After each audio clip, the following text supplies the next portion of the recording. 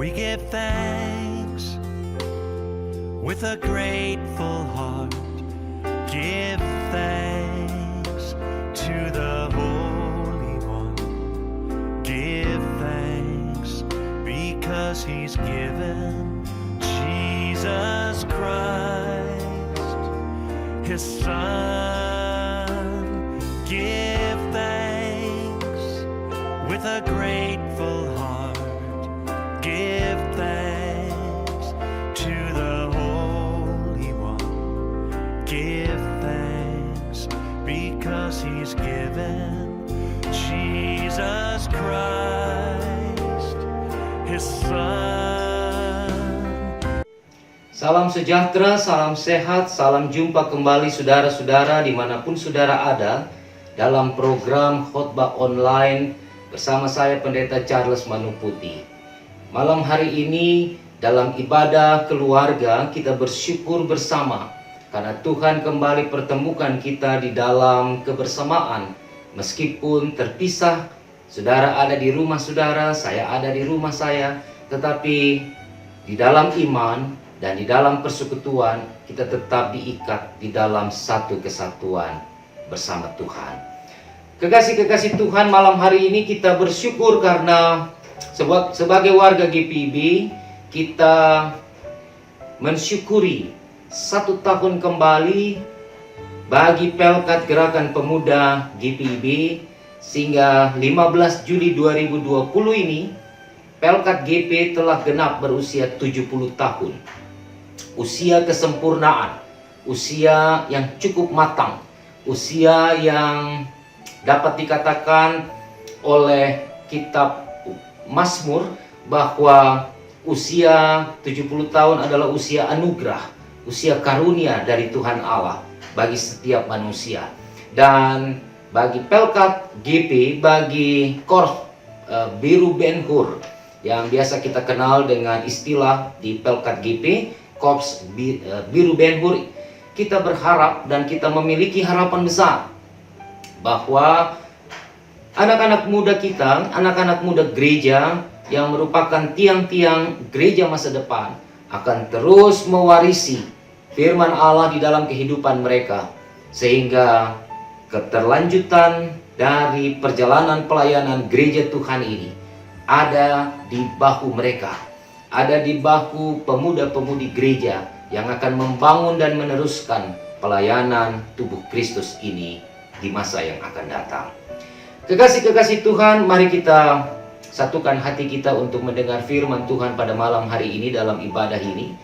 Namun sebelumnya kita memohon bimbingan Roh Kudus agar Roh Allah menerangi hati dan pikiran kita bersama untuk mengerti dan juga melakukan firman Tuhan ini di dalam kehidupan kita sebagai orang percaya. Mari kita satu di dalam doa epiklese. Tuhan, malam ini kami bersyukur sebagai warga GPIB, khususnya sebagai pemuda-pemudi gereja, karena Tuhan boleh tambahkan satu usia bagi Pelkat GP genap 70 tahun pada hari ini.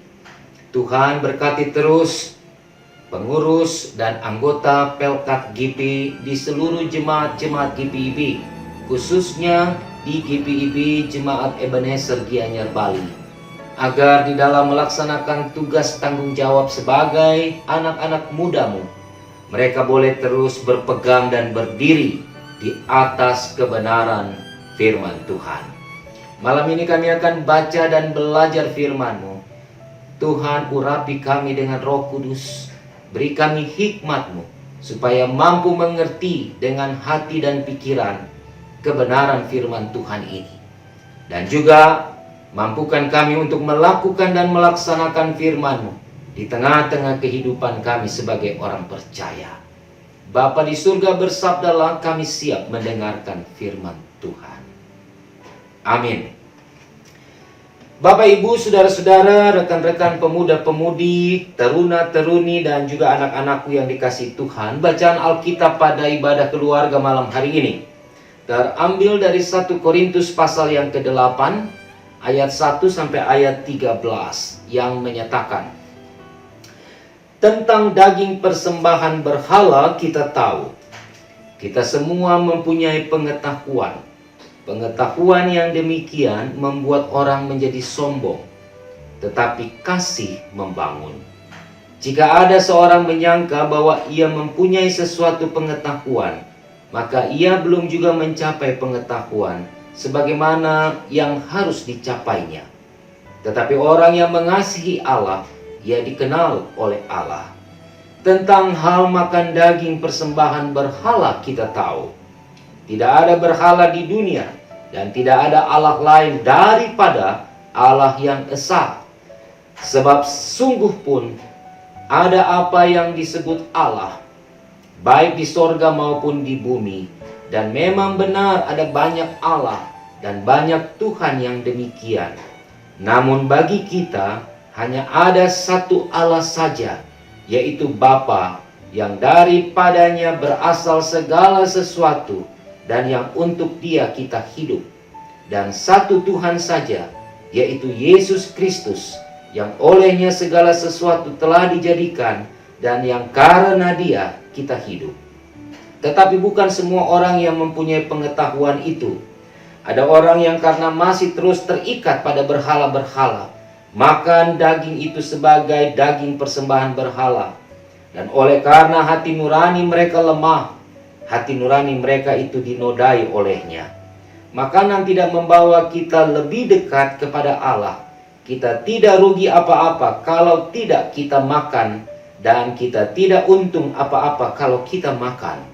Tetapi jagalah supaya kebebasanmu ini jangan menjadi batu sandungan bagi mereka yang lemah. Karena apabila orang melihat engkau yang mempunyai pengetahuan sedang duduk makan di dalam kuil berhala, bukankah orang yang lemah hati nuraninya itu dikuatkan untuk makan daging persembahan berhala? Dengan jalan demikian, orang yang lemah, yaitu saudaramu, yang untuknya Kristus telah mati, menjadi binasa karena pengetahuanmu. Jika engkau secara demikian berdosa terhadap saudara-saudaramu, dan melukai hati nurani mereka yang lemah, engkau pada hakikatnya berdosa terhadap Kristus. Karena itu apabila makanan menjadi batu sandungan bagi saudaraku, aku untuk selama-lamanya tidak akan mau makan daging lagi, supaya aku jangan menjadi batu sandungan bagi saudaraku. Demikianlah pembacaan firman Tuhan bagi kita malam hari ini. Terpujilah Kristus Tuhan. Haleluya. Saudara-saudaraku yang diberkati dan dikasihi Tuhan Yesus Kristus, pembacaan Alkitab pada malam hari ini merupakan sebuah respon dari Rasul Paulus melalui suratnya kepada jemaat di kota Korintus. Dan jika kita tadi membaca, paling tidak kita akan menemukan dua hal yang direspon oleh Rasul Paulus terkait dengan fenomena, terkait dengan situasi, terkait dengan keadaan yang terjadi di dalam jemaat Korintus pada waktu itu. Yang pertama tentang daging persembahan berhala. Daging persembahan berhala yang dikaitkan Paulus dengan pengetahuan. Dan yang kedua, Paulus menjawab tentang makanan dari daging yang dipersembahkan kepada berhala. Nah, saudara, kita akan bahas bagian ini dalam ibadah pada malam hari ini. Pertanyaan yang muncul adalah, apakah orang Kristen tidak boleh memakan makanan yang telah dipersembahkan kepada berhala? Apakah seorang Kristen tidak dibenarkan untuk makan makanan yang sudah disajikan, dipersembahkan kepada berhala-berhala di dalam dunia ini? Jawabannya tegas bahwa tidak boleh. Apa alasannya? Mari kita mulai melihat satu demi satu bagian Alkitab yang berbicara tentang hal itu. Yang pertama, saya ajak saudara untuk membuka di dalam Kisah Para Rasul pasal 15. Saudara, mari kita lihat ya, Kisah Para Rasul pasal 15 ayat yang ke-20. Saya akan bacakan buat saudara. Kisah Rasul 15 ayat 20 mengatakan demikian. Tetapi kita Tetapi kita harus menulis surat kepada mereka, supaya mereka menjauhkan diri dari makanan yang telah dicemarkan berhala-berhala, dari percabulan, dari daging binatang yang mati dicekik, dan dari darah. Masih di pasal yang sama, pasal 15, saudara bergeser sedikit ke ayat 29. Kamu harus menjauhkan diri dari makanan yang dipersembahkan kepada berhala, dari darah, dari daging binatang yang mati dicekik, dan dari percabulan.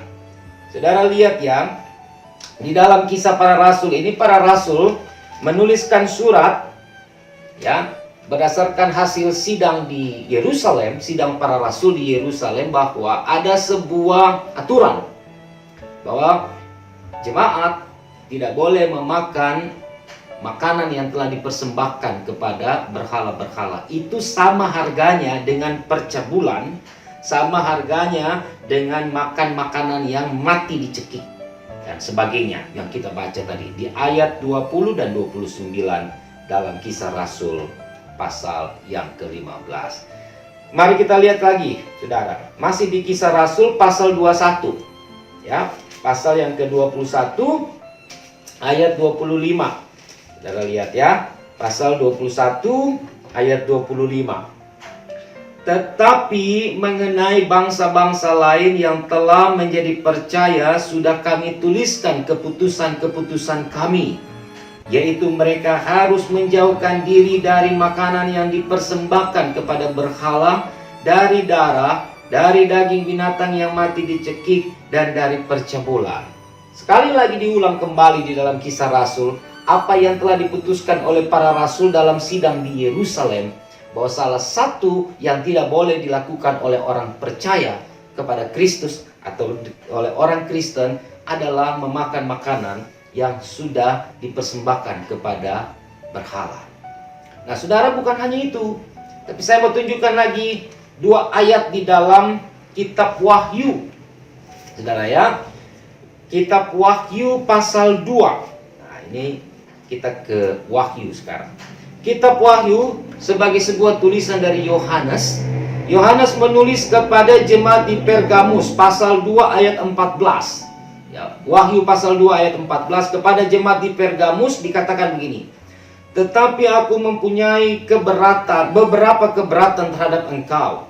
Di antaramu ada beberapa orang yang menganut ajaran Bileam, yang memberi nasihat kepada Balak untuk menyesatkan orang Israel, supaya mereka makan persembahan berhala dan berbuat jinah.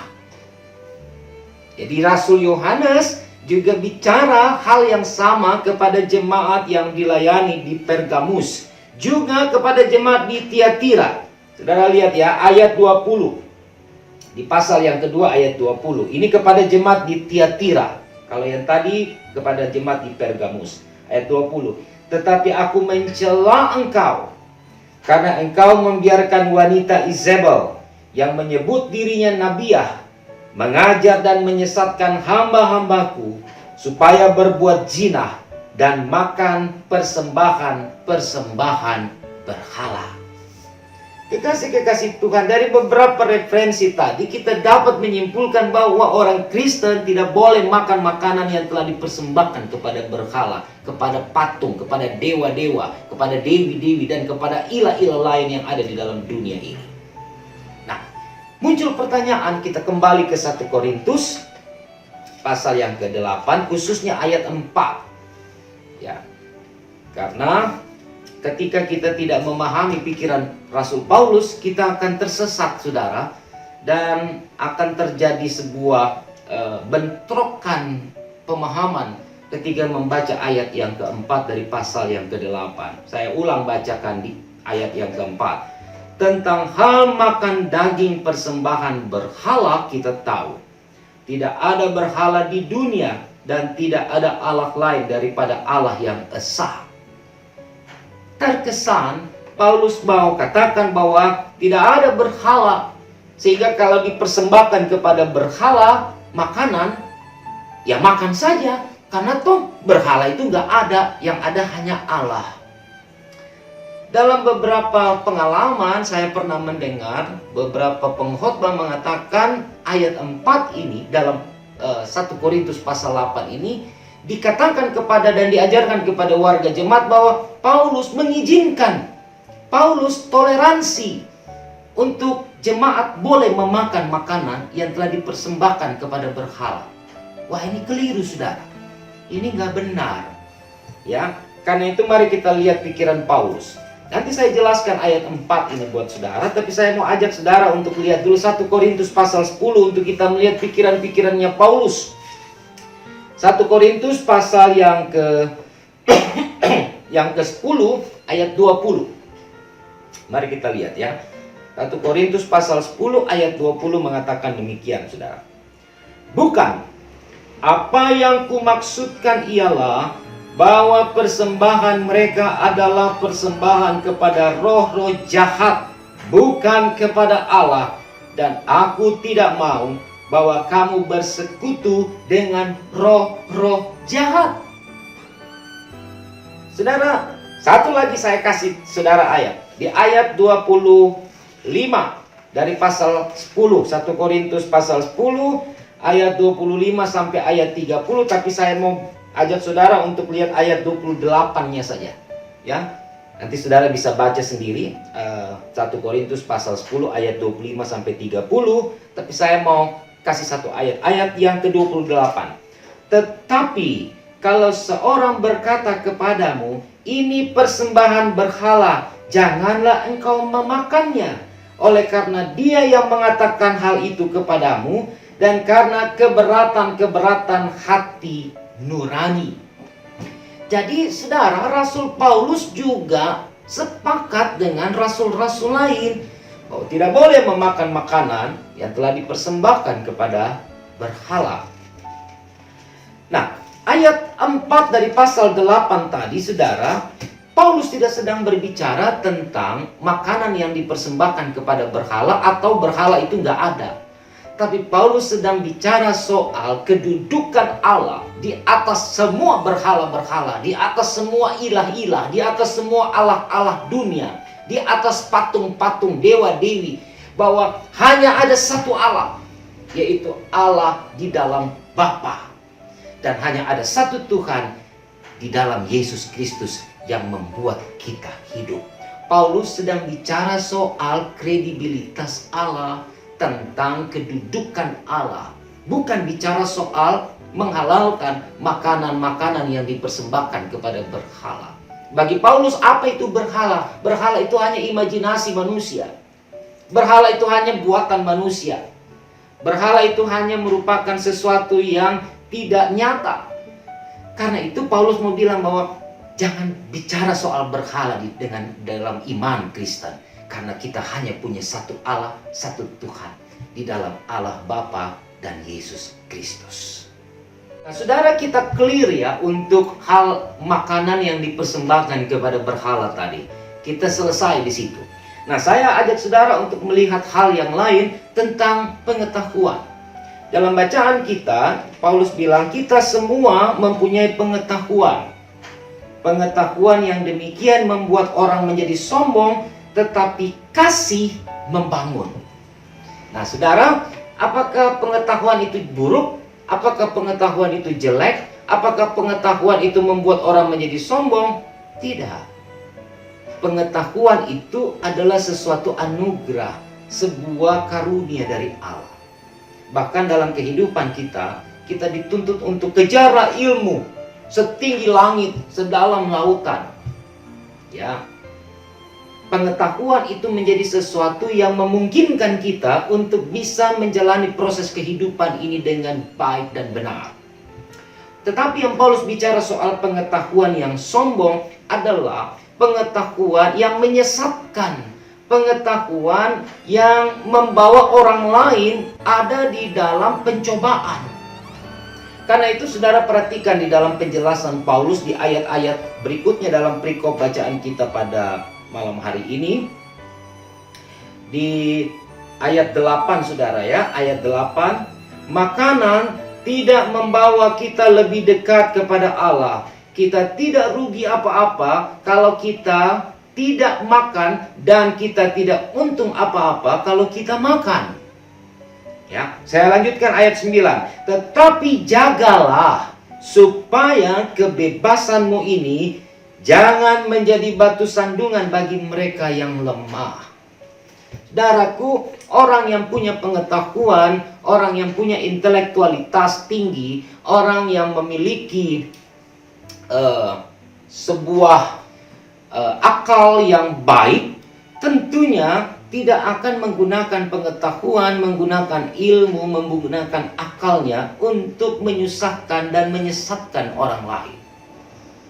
Paulus mau bilang bahwa orang-orang yang punya pengetahuan di Korintus, orang-orang yang punya ilmu tinggi, tetapi tidak punya iman yang tinggi dan iman yang baik, maka pengetahuan itu akan menyesatkan mereka. Pengetahuan itu akan membohongi, dan pengetahuan itu akan membuat seseorang menjadi tinggi hati, menjadi sombong, menjadi angkuh, menjadi seseorang yang meremehkan orang lain karena ia memiliki pengetahuan dalam dirinya. Kekasih-kekasih Tuhan, ini penting untuk kita pahami bahwa di dalam kehidupan ini pengetahuan itu harusnya dipakai untuk memuliakan Tuhan. Pengetahuan harusnya dipergunakan untuk memanusiakan manusia. Pengetahuan harusnya dipakai untuk meletakkan, menghadirkan keadilan, untuk menghadirkan, menciptakan kesetaraan di dalam kehidupan dengan orang lain, bukan untuk menjatuhkan orang lain atau melemahkan orang lain. Paulus concern terhadap hal ini karena Paulus tahu bahwa di Korintus ada begitu banyak orang pintar, ada begitu banyak orang pandai, ada begitu banyak orang jenius, sehingga pikiran dan pengetahuan itu selalu dikedepankan, bukan iman yang dikedepankan. Saudara masih ingat ibadah hari Minggu yang lalu, ketika saya katakan bahwa kelemahan jemaat Korintus adalah mereka bersekutu, mereka beriman, mereka berpelayanan bukan dengan keyakinan kepada Allah, tetapi menggunakan mindset masing-masing, menggunakan pikiran masing-masing, lalu mulai mengelompokkan dirinya, bahwa saya kelompok Apollos, saya kelompok Kefas, saya kelompok Paulus, saya kelompok Kristus, dan sebagainya. Ini indikasi-indikasi yang terlihat dengan jelas bagaimana situasi dan keadaan jemaat di Korintus karena kepintaran-kepintaran yang mereka miliki. Kepintaran atau ilmu pengetahuan juga kadang-kadang ketika tidak dipakai atau tidak diberlakukan dengan tepat dan benar, maka dia akan menjadi perusak, saudara. Dia akan menjadi bom waktu yang akan meledak dan merusak semua tatanan yang ada dalam kehidupan kita. Oleh sebab itu Paulus mau ingatkan itu. Bagi Paulus adalah bahwa ketika orang makan makanan yang telah dipersembahkan kepada berhala, tapi dia tidak tahu, orang ini tidak tahu bahwa dia sudah nanti saudara baca itu tadi saya ingatkan 1 Korintus 10 ayat 25 sampai 30, nanti saudara baca. Itu dijelaskan di sana bahwa bagi Paulus, kalau kamu diberi makan atau kamu datang ke rumah seseorang, sahabatmu, temanmu, kerabatmu, lalu disuguhkan makanan, dan ia tidak katakan bahwa ini makanan adalah makanan yang dibeli dari pasar, yang sudah merupakan bagian yang telah dipersembahkan kepada berhala sebelumnya, lalu dijual orang di pasar, lalu dibeli oleh sahabat kita dan dia mengolah menjadi makanan, lalu kita diundang makan. Kita tidak tahu bahwa itu makanan dari berhala, persembahan kepada berhala, makan saja. Tidak ada persoalan dengan itu. Nah, sedikit ya saudara kita lihat di dalam 1 Korintus pasal 10 ini. Saudara perhatikan ya, ayat yang ke-28 tadi sudah saya bacakan buat saudara. Nah, lihat ayat 30. Kalau aku mengucap syukur atas apa yang aku turut memakannya, mengapa orang berkata jahat tentang aku karena makanan yang atasnya aku mengucap syukur? Paulus bilang, kalau kamu tidak tahu itu dari mana asalnya, tapi kamu diberi makan, ya kamu berdoa, kamu mengucap syukur, makan saja. tidak ada salah. Tetapi apabila orang mengatakannya dan kamu tetap memakan, itu salah. Ya. Nah, saudara lihat ya ayat 28 tadi kan. Tetapi kalau seseorang berkata kepadamu, ini persembahan berhala, maka Paulus bilang, janganlah engkau memakannya. Oleh karena dia yang mengatakan hal itu kepadamu, dan karena keberatan-keberatan hati nurani. Jadi kalau saudara sudah tahu itu tidak benar, saudara tetap makan, ya salah. Nah, di situ Paulus mempertanyakan, di mana setinggi apa pengetahuanmu jika engkau yang tahu sesuatu yang tidak baik tapi tetap melakukan, padahal engkau seseorang yang punya pengetahuan, ilmu dan intelektualitas yang baik. Maka ilmumu, pengetahuanmu, akal budimu itu akan dicontoh oleh orang yang masih lemah imannya. Dan ketika kau makan makanan itu di dalam kuil-kuil, kau makan makanan yang telah dipersembahkan, maka orang yang masih baru belajar, iman yang masih lemah akan mengatakan, oh boleh kok makan makanan itu. Maka mereka pun akan tersesat. Dan dikatakan dalam bacaan kita tadi, saudara ingat ya.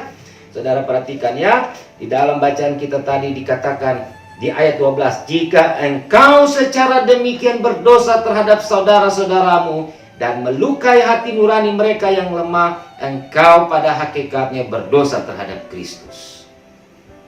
Saudara, jelas ya soal yang kedua. Nah, kekasih-kekasih Tuhan, apa aplikasinya dari apa yang kita sudah bahas ini? Yang pertama, kekasih Tuhan, dalam HUT GP ini Paulus atau firman Tuhan mengingatkan kita, khususnya kepada rekan-rekan pemuda-pemudi gereja, kejarlah pengetahuan setinggi-tingginya. Jangan pernah merasa bahwa cukup dengan strata ini, cukup dengan level ini saya berpengetahuan. No, kita harus mengejar pengetahuan, ilmu, intelektualitas untuk memperlengkapi dan membekali diri kita setinggi-tingginya. Semakin orang berpengetahuan, semakin orang berakal budi, semakin orang berilmu, maka seyogianya ia harus tepat dan mampu untuk melaksanakan seluruh proses kehidupannya dengan benar, berdasarkan iman dan pengetahuannya.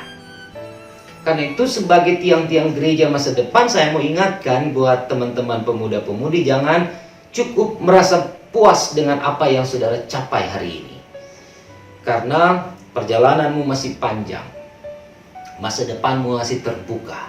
Maka bicara soal ilmu pengetahuan, bicara soal pengetahuan dan ilmu, maka malam hari ini Paulus mau bilang, kejarlah ilmu itu. Tapi ingat, ilmu dan pengetahuan itu harus dipergunakan untuk memuliakan Allah dan untuk memanusiakan sesama. Itu yang pertama. Yang kedua, saudara, kita mau belajar juga pada malam hari ini supaya ada sebuah pola didikan, edukasi. Ya, ada pola edukasi. Saya percaya 70 tahun Pelkat GP ini bisa ada, itu bukan tanpa sebuah edukasi. Bukan tanpa sebuah proses pembinaan bagi mereka.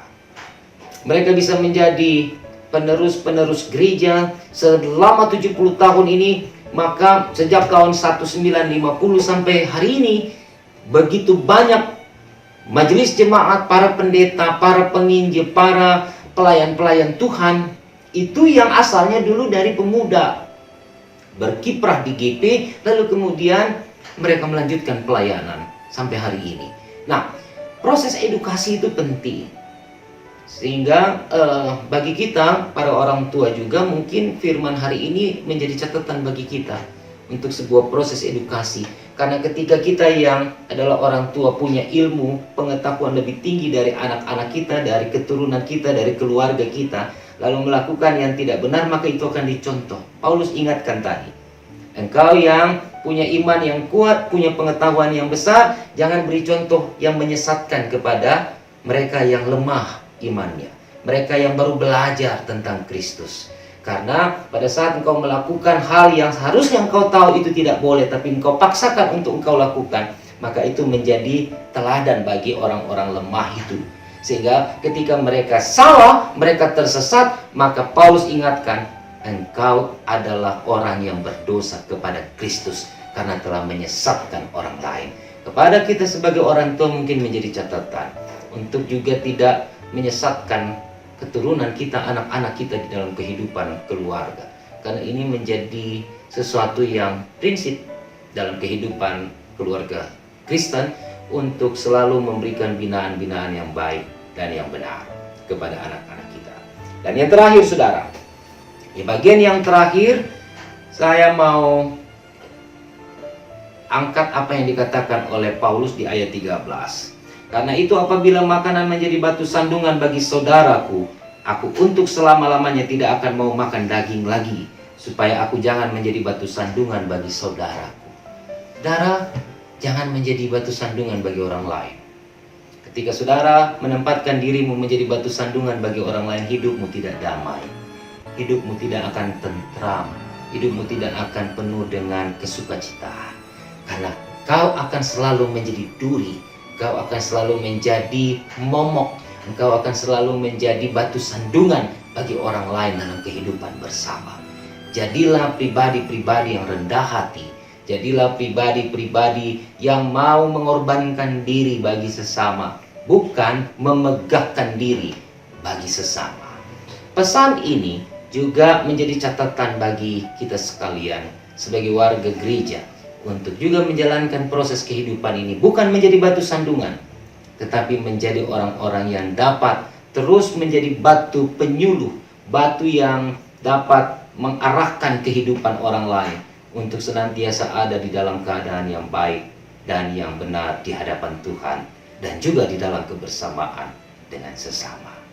Biarlah firman Tuhan malam hari ini menguatkan kita semua, khususnya rekan-rekan pemuda-pemudi, rekan-rekan GPIB, untuk tetap semangat, untuk tetap memiliki spirit, untuk tetap melanjutkan pelayanan ke depan dengan pengetahuan yang baik, dengan hati yang rendah hati, dengan kualitas iman yang terbaik bagi Tuhan dan sesama. Tuhan Yesus memberkati kita. Amin. And now, let the weak say, I am strong. Let the poor say, I am rich, because of what the Lord has done for us. And now, let the weak say, I am strong. Let the poor say, I am rich, because of